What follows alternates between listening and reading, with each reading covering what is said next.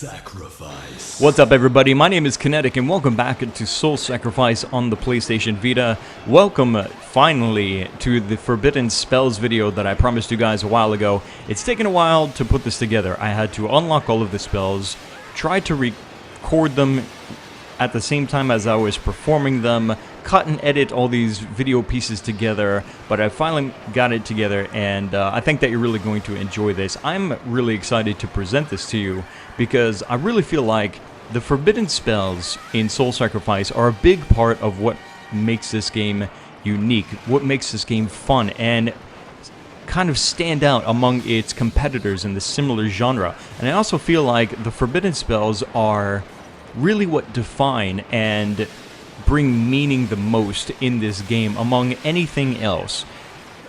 For those of you that don't know what a forbidden spell is, basically it's a really powerful spell that you get to use under certain conditions, and it will grant you incredible power but at a cost. And I think, again, that's why the forbidden spells really define Soul Sacrifice, because you gain incredible power, but it all comes at a cost.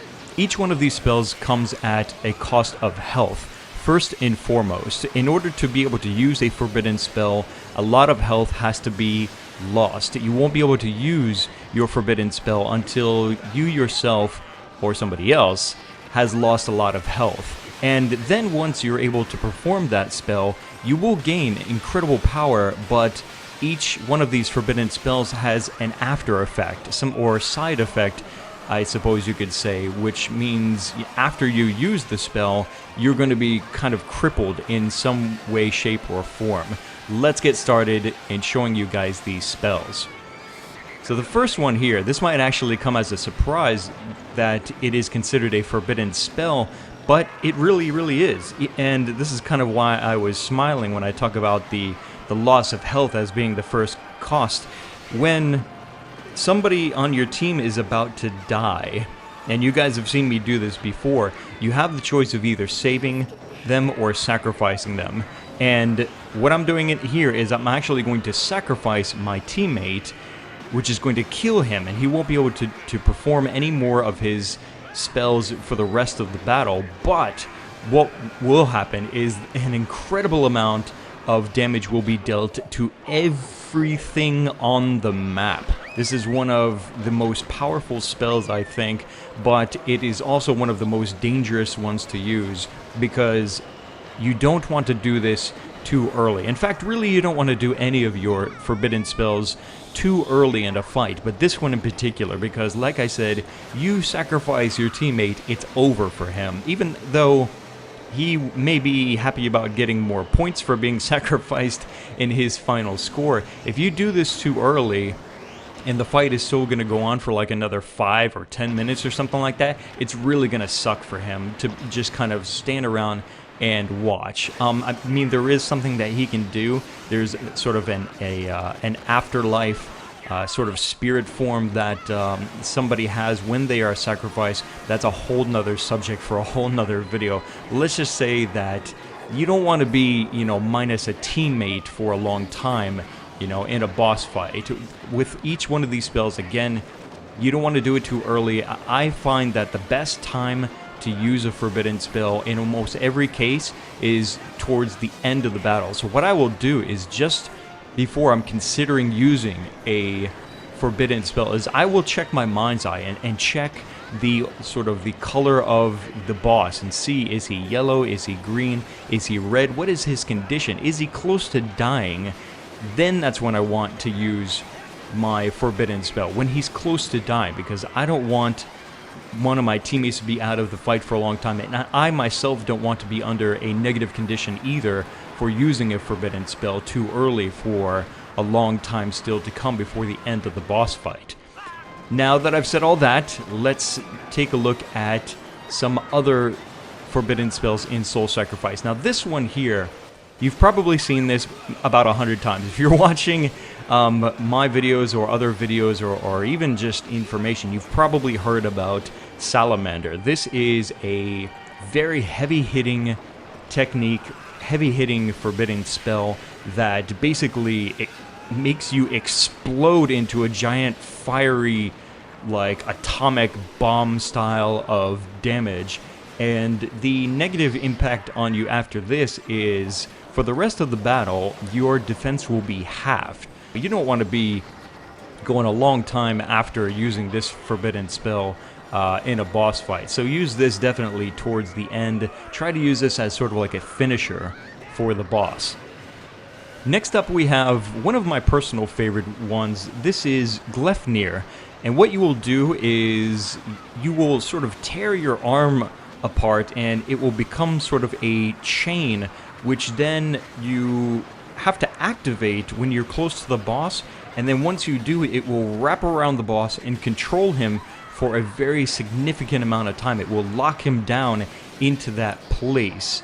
And during that time, as you can see, the rest of your teammates can just unleash hell upon a boss. I really think this is one of my favorite spells to use in Soul Sacrifice because I love what it does. It just gives everybody that chance to just go insane. They can, you know, drop down golems, they can unload on the boss, and as you saw here, it wrapped him up very, very quickly.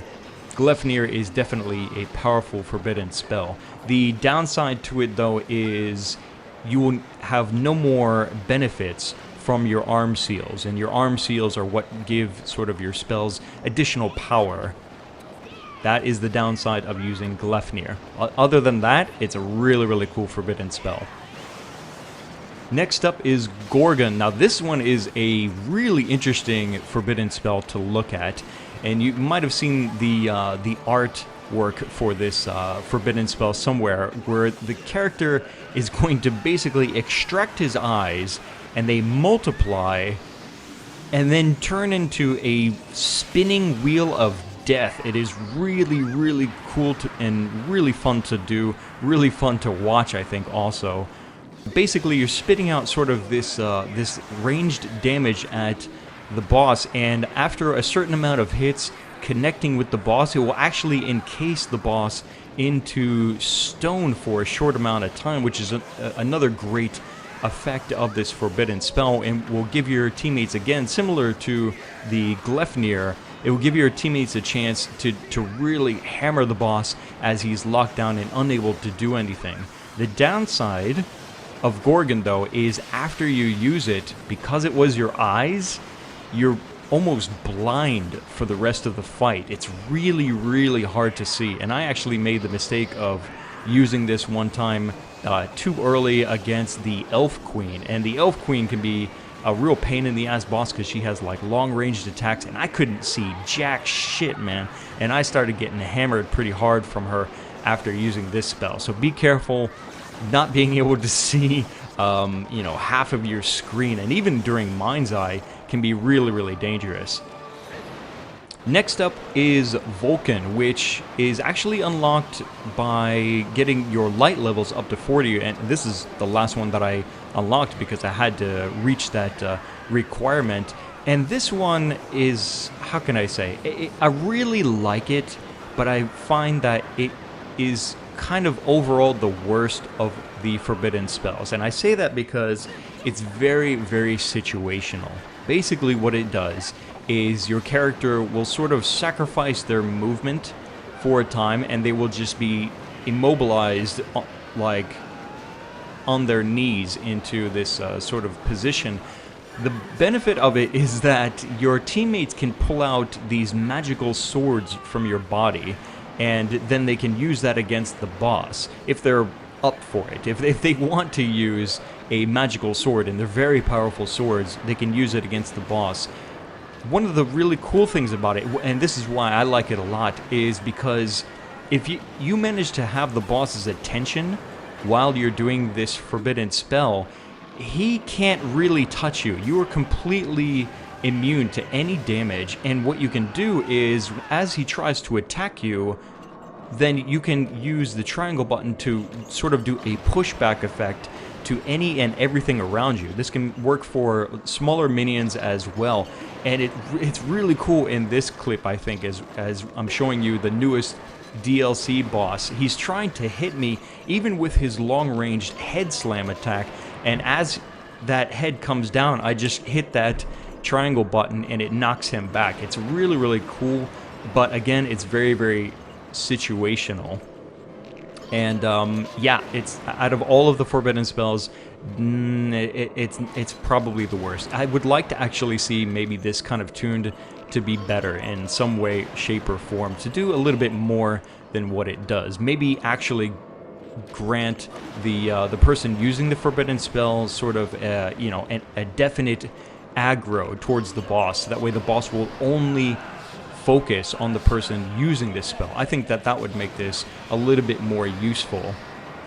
The after effects, the side effects of using Vulcan is for the rest of your fight, your maximum HP is halved, which makes this a very dangerous forbidden spell to use too early on. I mean, you definitely don't want your defense halved like the salamander, and even worse is having your health halved for the rest of the fight. So if you happen to be using this in multiplayer, make sure that you use this definitely towards the end.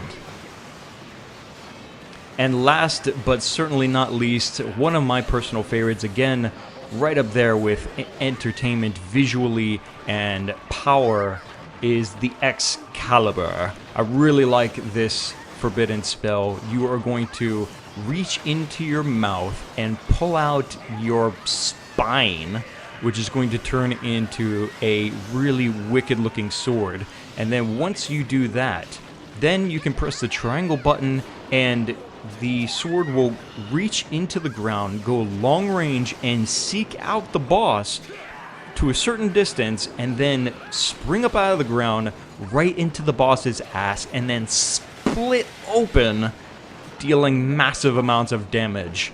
I love this forbidden spell. It's probably my favorite overall. I mean, just everything that it does is incredible. The fact that it seeks out the monster and does incredible damage like that is just, it makes it probably my favorite damage forbidden spell. The downside to using the Xcalibur is that you will constantly lose HP after this, because, I mean, you just ripped out your damn spine. So, as you can see from looking at my character after the fight, he's literally dripping blood all over the place. So you will constantly lose HP after this. It's not that bad, though. I mean, it's, considering what it does, the side effect is really not that bad. I mean, you can keep your eyes on your health and manage to not have this be a really big deal if you have a nice healing spell along with you. And there you go, guys. That is all of the forbidden spells in Soul Sacrifice as of now. If you didn't know, there are more forbidden spells that they're going to add into the game in future updates, including one that I believe is called Berserk. And more details about that are coming up soon. I will be sure to make a video showing off that forbidden spell when it comes out. And now I will leave you with a little teaser of something that I'm coming out with in a future video. Enjoy.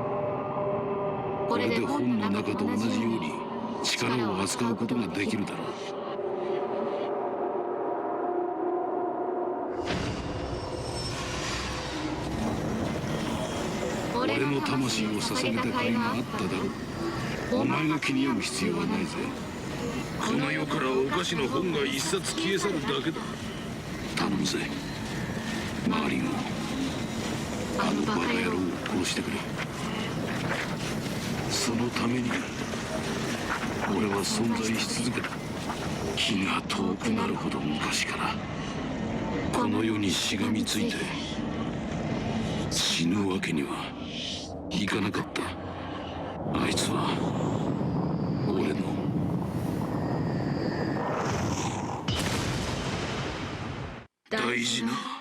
仲間だったから。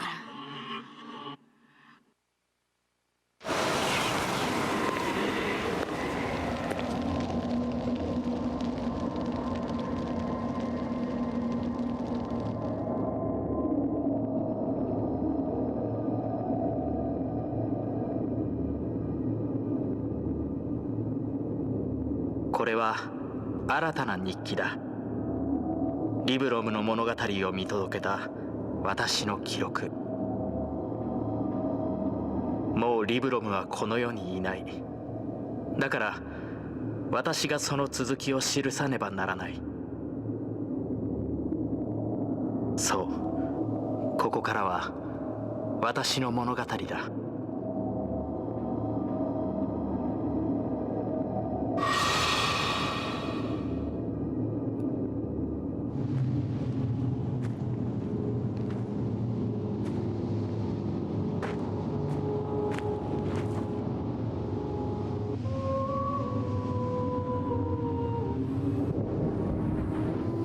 その姿はまさか私の友人はもうありえない。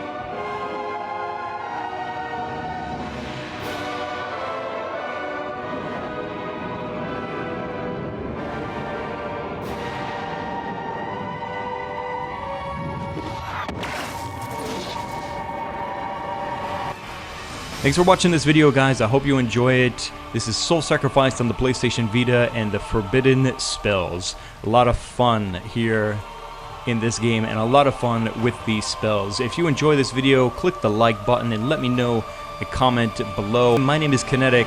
I'll see you guys next time.